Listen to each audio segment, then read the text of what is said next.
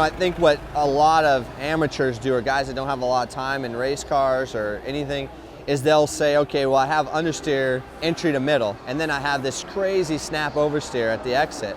We need to fix the oversteer because that's what I dislike the most. Well, hold on, back up a second. You need to peel back the onion a bit and get to the core of the problem. The core of the problem really is that you have that kind of big understeer across the center, which keeps a lot of steering input in. When you go back to throttle, all you're doing is you're tricking the car. You go back to throttle aggressively so the car gets rid of the understeer, and at some point it goes from understeer to oversteer, from push to loose.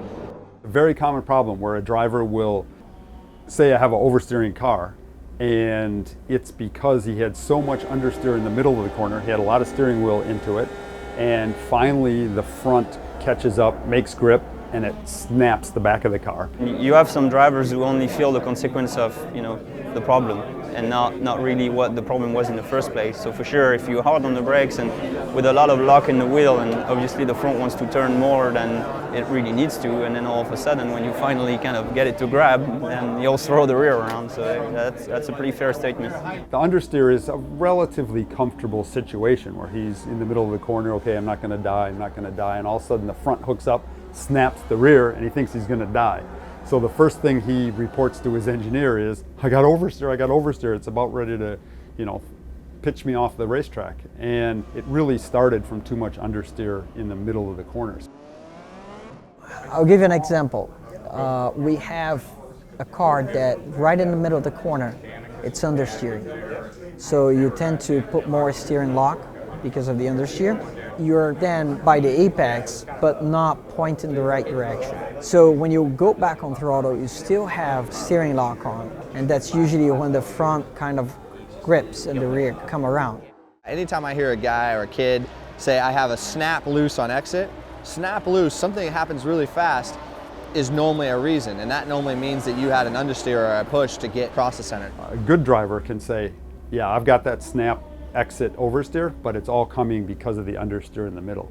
A good driver in the race won't have that much steering wheel in it when it's about ready to snap, and he can come off the corner without that snap. He'll still be able to report to his engineer that the problem is the understeer, and if I keep the steering wheel in it, it's going to snap.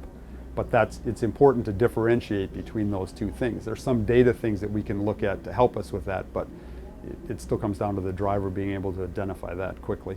If we're talking about kids that are coming up through cars and trying to work their way into the high-level professional drivers, is that all that stuff is something you need to learn, because that information given to your engineer one way sends that engineer and your team down one road, and giving it to them a different way sends them down a different road. And one is right and one is wrong, right? So you send them down that road of chasing that snap oversteer on exit, all you're gonna get is a car that's even snappier on exit, because he's probably gonna go to a softer rear bar, and you're gonna end up more push across the center, and then everything just compounds itself. So it's really important as young guys to really break down the corner a little bit better than just, it's got understeer across the center, it got snap loose exit. Why? As a driver, you have to really analyze what's happening with the car, what part of the corner you're in. Are you on the brakes? Are you off the brakes? Is it a high-speed corner, low-speed corner? So it's all these little details. You can start with the most basic example of it, which is just too much turning or not enough turning. But then you, as a driver, to be able to explain to your engineer how to get the car that you want, you have to really be able to break it down as, is it on the brakes, off the brakes? Is it in the entry of the corner, mid-corner? All those things. So fairly simple terms at the end of the day, but that's all we talk about with our engineers is understeer and oversteer.